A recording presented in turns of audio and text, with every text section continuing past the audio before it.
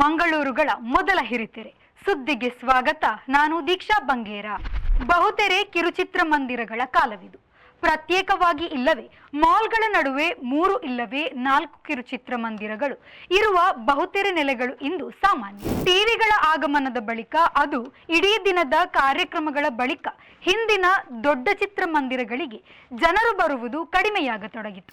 ಆಮೇಲೆ ಕಂಪ್ಯೂಟರ್ನಲ್ಲಿ ಸಿನಿಮಾ, ಅಂಗೈಯೊಳಗೆ ಅಂದರೆ ಮೊಬೈಲಲ್ಲಿ ಸಿನಿಮಾ ಎಂದಾದ ಮೇಲೆ ದೊಡ್ಡ ಚಿತ್ರಮಂದಿರಗಳು ನಡೆಯುವುದು ಎನ್ನುವುದು ಸದ್ಯಕ್ಕೆ ಒಡೆಯುವುದಿಲ್ಲ ಎಂಬ ಒಂದು ಕಾರಣಕ್ಕಾಗಿ ಮಾತ್ರ.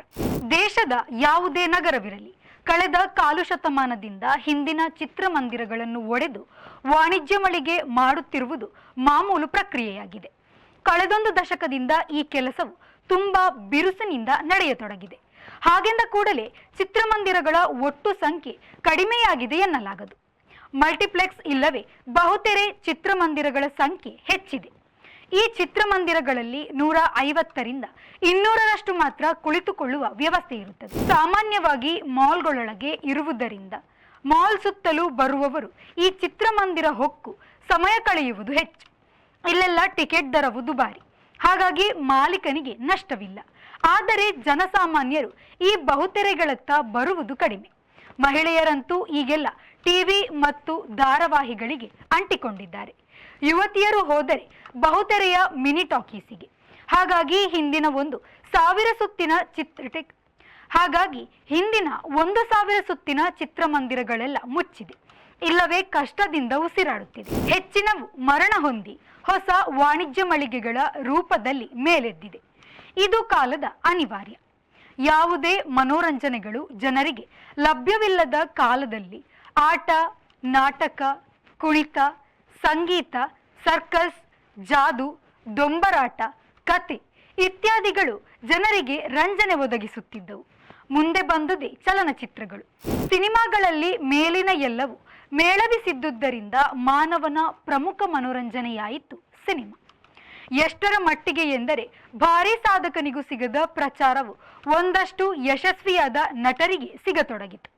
ಕೆಲವರಂತೂ ಅವರಿಗೆ ಗುಡಿ ಕಟ್ಟುವವರೆಗೆ ಮುಂದುವರೆದಿದ್ದೂ ಇದೆ.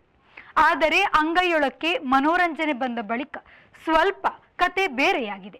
ಚಲನಚಿತ್ರ ನೋಡುವವರು ಕಡಿಮೆಯಾಗಿಲ್ಲ. ಹಿರಿತೆರೆಯ ಹಿರಿ ಥಿಯೇಟರ್ಗಳಲ್ಲಿ ಸಿನಿಮಾ ನೋಡುವವರು ಕಡಿಮೆಯಾಗಿದ್ದಾರೆ. ಯುವ ಜನಾಂಗದವರಂತೂ ಎಲ್ಲ ಹೊಸ ಸಿನಿಮಾಗಳನ್ನು ಹೇಗಾದರೂ ಎಲ್ಲಿಂದಲಾದರೂ ತಮ್ಮ ಕಂಪ್ಯೂಟರ್ ಇಲ್ಲವೇ ಮೊಬೈಲ್ ತೆರೆಗೆ ಇಳಿಸಿಕೊಂಡು ನೋಡುವುದರಲ್ಲಿ ಬಲ್ಲಿದರಾಗಿದ್ದಾರೆ. ಮಹಿಳೆಯರು ಟಿವಿಗಳಲ್ಲಿ ಸಿನಿಮಾ ನೋಡುತ್ತರಾದರೂ ಅವರ ಆಸಕ್ತಿಯು ಟಿವಿ ಧಾರಾವಾಹಿಗಳತ್ತ ಹೆಚ್ಚು ವಾಲಿದೆ. ಹಾಗಾಗಿ ದೊಡ್ಡ ಚಿತ್ರಮಂದಿರಗಳನ್ನು ಕೇಳುವವರಿಲ್ಲವಾಗಿದೆ.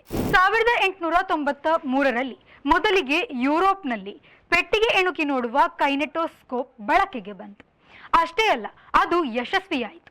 ಅದರಲ್ಲಿ ಆಗ ತಯಾರಾಗುತ್ತಿದ್ದ ಸಿನಿಮಾ ತುಣುಕುಗಳು ಪ್ರದರ್ಶನವಾದವು. ಮೊದಲ ಸಿನಿಮಾ ತುಣುಕುಗಳೆಂದರೆ ಓಡುವ ಕುದುರೆ, ನಡೆಯುವ ಯುವತಿ, ಹಾರುವ ಬೆಕ್ಕು, ಹರಿಯುವ ನೀರು, ಇಳಿಯುವ ಮಂಗ, ತೂಗು ತೊಟ್ಟಿಲು ಇತ್ಯಾದಿಗಳಾಗಿದೆ. 1895ರಲ್ಲಿ ಲುಮಿನರ್ ಸಹೋದರರು ಪ್ಯಾರಿಸ್ನಲ್ಲಿ ಗೋಡೆಗೆ ಪರದೆ ಕಟ್ಟಿ ಇಂಥ ಸಣ್ಣ ಚಿತ್ರಗಳನ್ನು ತೋರಿಸಿದರು. ಅವರು ಮರುವರ್ಷ ಮುಂಬೈಗೂ ಬಂದಿದ್ದರು.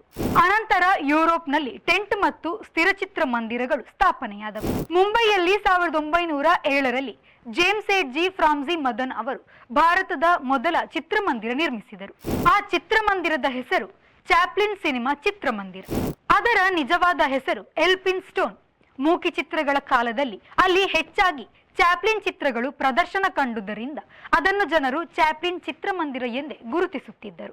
ಮುಂದೆ ಮಾತಿನ ಚಿತ್ರಗಳು 1930ರ ಬಳಿಕ ಬರತೊಡಗಿದ ಮೇಲೆ ಚಿತ್ರಮಂದಿರಗಳು ಹೆಚ್ಚೆಚ್ಚು ಎಲ್ಲ ಕಡೆ ಸ್ಥಿರ ಮತ್ತು ಸಂಚಾರಿ ಎಂದು ಹುಟ್ಟಿಕೊಂಡವು.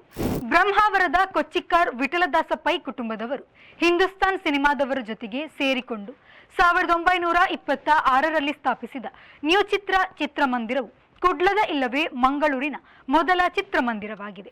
1936ರಲ್ಲಿ ಪೈ ಕುಟುಂಬವು ಪೂರ್ಣವಾಗಿ ಚಿತ್ರಮಂದಿರದ ಹೊಣೆ ಹೊತ್ತು ಶ್ರೀ ಚಿತ್ರ ಟಾಕೀಸ್ ಮಾಡಿದರು ಮತ್ತು ಮುಕ್ತಿ ಎಂಬ ಮಾತಿನ ಹಿಂದಿ ಚಿತ್ರ ಪ್ರದರ್ಶಿಸಿದರು. ಮಾಧ್ಯಮ ಗಾತ್ರದ ಈ ಚಿತ್ರಮಂದಿರ 1970ರ ಬಳಿಕ ಹೆಚ್ಚಾಗಿ ಇಂಗ್ಲಿಷ್ ಸಿನಿಮಾ ತೋರಿಸುವ ತೆರೆಯಾಯಿತು. ಇತ್ತೀಚೆಗೆ ಚಿತ್ರಮಂದಿರ ಮುಚ್ಚಿದ್ದರೂ ಕುರ್ಚಿ ಮಳಿಗೆಯಾಗಿ ಅದು ತೆರೆದುಕೊಂಡಿದೆ. ಬೆಂಗಳೂರಿನಲ್ಲಿ ಎಲ್ಜಿನ್, ಶಾರದಾ, ಎವರೆಸ್ಟ್ ಚಿತ್ರಮಂದಿರಗಳು 1896ರ ಸುತ್ತಿನಲ್ಲಿ ಆರಂಭವಾಗಿ ಮೂಕಿ ಚಿತ್ರಗಳನ್ನು ಪ್ರದರ್ಶಿಸುತ್ತಾ ಬಂದವು. ಟಾಕಿ ಚಿತ್ರಗಳು ಆರಂಭವಾದ ಮೇಲೆ ಮೊದಲ ಚಿತ್ರಮಂದಿರ ಎನಿಸಿದ್ದು ಪ್ಯಾರಮೌಂಟ್ ಚಿತ್ರಮಂದಿರ. 1970ರ ಹೊತ್ತಿಗೆ ಬೆಂಗಳೂರಿನಲ್ಲಿ 100ಕ್ಕೂ ಹೆಚ್ಚು ಚಿತ್ರಮಂದಿರಗಳು ಇದ್ದವು. ಡಾಕ್ಟರ್ ರಾಜ್ಕುಮಾರ್, ಶಿವಾಜಿ ಗಣೇಶನ್, MGR, NTR ಚಿತ್ರಗಳನ್ನು ಆ ಕಾಲದಲ್ಲಿ ರಕ್ತಮಾರಿ ನೋಡುವ ಅಭಿಮಾನಿಗಳು ಸಹ ಇದ್ದರು. ಇಂದು ಕೆಲವು ನಟರಿಗೆ ಆ ಬಗೆಯ ಅಭಿಮಾನಿಗಳು ಇದ್ದಾರೆ. ಇಂದೆಲ್ಲ ರಕ್ತ ಮಾರಾಟ ಇಲ್ಲ. ಆದರೂ ಹೇಗೋ ಅವರು ಮೊದಲ ದಿನವೇ ಸಿನಿಮಾ ನೋಡುತ್ತಾರೆ. ಇಂದು ಚಿತ್ರ ನಿರ್ಮಾಣ ಒಂದು ರೀತಿಯಲ್ಲಿ ಕಾಸುಳ್ಳವರ ಆಟವಾಗಿದೆ. ಕೆಲವರು ತಾವೇ ಚಿತ್ರ ತಯಾರಿಸಿ ತಾವೇ ನಟಿಸುತ್ತಾರೆ. ಓಡಿದರೆ ಸರಿ, ಇಲ್ಲದಿದ್ದರೆ ನೆನಪಿಗೆ ಸ್ಟೋರ್ ಮಾಡಿ ಇಟ್ಟುಕೊಳ್ಳುತ್ತಾರೆ. ನಟ ನಟಿಯರನ್ನು ಹಿಂದೆ ನಾಟಕ ನೋಡಿ ಆರಿಸುತ್ತಿದ್ದರು. ಇಂದು ಅದೆಲ್ಲ ಇಲ್ಲ. ಸಿನಿಮಾ ಸುತ್ತ ಕ್ಯಾಮರಾ, ಸ್ವಯಂಚಾಲಿತ ಕ್ಯಾಮರಾ ದಾಟಿ ಡಿಜಿಟಲ್ ಯುಗವೆಂದು ಬಹಳಷ್ಟು ಬದಲಾವಣೆ ಕಂಡಿದೆ. ಹಾಗೆಯೇ ಚಿತ್ರಮಂದಿರಗಳ ಪರಿ ಬದಲಾಗುವುದು ಕೂಡ ಕಾಲಕ್ಕೆ ತಕ್ಕ ಕೋಲವಲ್ಲದೆ ಬೇರೇನೂ ಅಲ್ಲ. ಇದು ಈ ಹೊತ್ತಿನ ಸುದ್ದಿ. ನಿರಂತರ ಸುದ್ದಿ ಮತ್ತು ಮನೋರಂಜನೆಗಾಗಿ V4 ನ್ಯೂಸ್ನ ಫೇಸ್ಬುಕ್ ಪೇಜ್ ಫಾಲೋ ಮಾಡಿ ಹಾಗೂ ಯೂಟ್ಯೂಬ್ ಚಾನಲ್ ಸಬ್ಸ್ಕ್ರೈಬ್ ಮಾಡಿ.